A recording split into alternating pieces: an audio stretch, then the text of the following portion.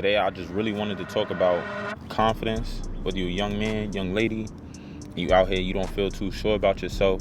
Confidence isn't something that you're born with. It's something that you really have to build over time through life's experiences. So as a young man, I was growing up in New York City. I used to really think that confidence came from like how people view me and what they see me do, whether I was on football, basketball, social media, how well I dressed or how wavy I looked and like what I was doing. I used to think that those things actually like built confidence within my life. But then I realized it's like confidence is what you do when nobody is watching. Like when you're confident, you know who the true you is because you know what you're doing behind closed doors. You know what you're doing when nobody's watching. That's your true identity. If you sit there scroll on TikTok, Instagram all day, that's gonna be your identity. But if you in the gym and you say you've been working hard, you a gym rat. If you been in the lab and you could call yourself a chemist, you a chemist because you been in the lab cooking that stuff up. Rule number one, as you gain more confidence in your life, you gotta have self-respect. That says that if you're gonna do something and you say you're gonna do something, do it. It's a non-negotiable. Because think about it, if you tell yourself that you're gonna get something done, or you tell yourself that you're gonna do this by a certain date and it doesn't get done, how could you respect yourself as a man, as a human being, somebody in society that aspires to do more? It takes a certain level of self-respect that, I'm gonna listen to myself no matter how hard this task is. Point two is cut all the motivational crap out. Motivation is good in spurts, but you have to use the motivation to spurt you and then let the discipline coast you up in a sense. So for me, something that I'll relate it back to in my life, I used to be highly motivated to want to be like a superstar basketball player in high school and stuff like that. But like I was on the bench, politics and stuff like that played a part.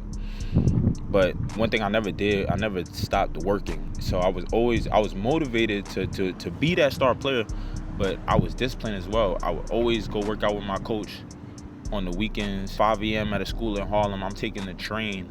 Well, actually it's 6:30, but I'm taking the train at like 5 a.m. every day. Cause I'm like, I gotta get better. Like on those weekends, like instead of Saturday, wake up, play the game, I'm disciplined enough to go and get my work in first, and I'll take the train back, take a nap, and then I can play the game, do whatever. But it's the discipline that builds your confidence up. It's the discipline and the sacrifices from that discipline that makes you so sure of yourself. Like, granted, I didn't play after doing all those workouts, but as a basketball player, when I stepped on the court, whenever I did step on the court, I was for sure knowingly that I had the skill to compete. There was no ifs and buts about it. And I think that's really the point that you got to get to when it comes to your discipline as a man, as a girl, woman, whatever. Point number three is I would like to say that sometimes you can't change this because of your circumstances currently in life, but it's your environment. If you remain in an environment that's always made you comfortable, it's sometimes very challenging to grow from that and move on from that. Comfortability is like your worst enemy if you're trying to build confidence, because a majority of the time in my life where I built the most confidence for myself is when I was really down in the dumps and I had to pull myself back up. And like when you pull yourself back up from the dumps, you just build this callous to BS in life, like you just start wanting to do better. You don't respect those comfortable environments. You gotta be comfortable in the discomfort, because when you're able to do that in whatever environment you're in, if you seek discomfort and you start to be comfortable with that discomfort, things are just gonna just blossom for you, and you're just gonna just be like, well, I thought this was discomforting, but I'm comfortable in it, And a lot of people don't really choose that. So that's just something that you gotta choose, and you gotta want to grow in that and walk in that. It's not easy. Nothing's easy, but anything that's hard is worth obtaining. Point number 4, competence. You really don't become confident by just boasting yourself up mentally, saying that I'm this guy, this, that, and the third. I'm gonna do this, I'm gonna do that, and there's no action, there's no sweat equity for it. You're really what you do.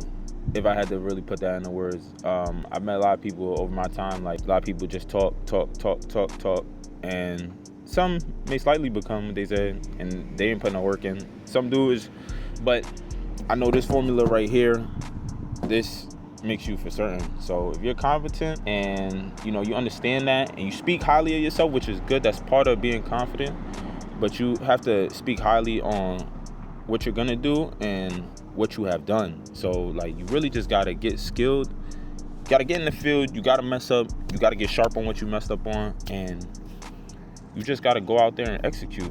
Really, I mean, confidence really comes sometimes from your mistakes in life.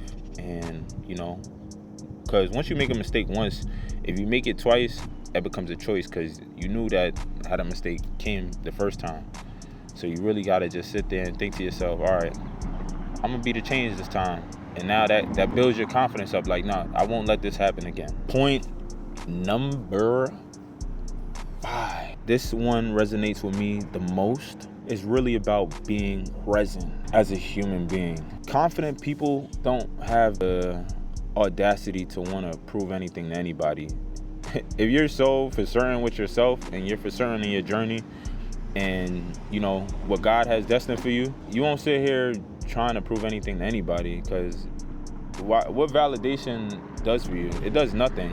The people I've been around in my life, the most successful people that I've been around, have been intrinsically motivated individuals. And when I say intrinsically, your motivation comes from within. A lot of people, they get extrinsic motivation from things that people say online, this, that, and the third, and it makes them feel good and but if you trying to really seek real confidence that can't break, it has to come from within. You don't want to talk the most in every room. Have you ever heard the saying, they say the loudest man is often the weakest man in the room? But sometimes it's real confidence in being quiet and just knowing that you do what you do, and you'll show up when the time is, whenever your number's called, whenever your name's called, for whatever task. That's a real confident individual. And confident people, they move with intention. They don't just lollygag and float through space and let the days go by. Nah, I don't let the days go by. I count the days. I make the days count. There's no time to waste. We get 365 days a year, and you not guaranteed to live that next day. So sit there and think about that, and really think about how you can use some of these tools and these points that I mentioned in this video to apply to your own life and build yourself up. Build yourself up, because that's what this life thing is all about. You start as a youth and then you grow to be a grown adult, and nobody's gonna come do it for you. So sit there and do the work for yourself, man. And like I said, do the work for yourself. Stop chasing it and start building that confidence. You know what I'm saying? Because ain't nobody gonna build it for you.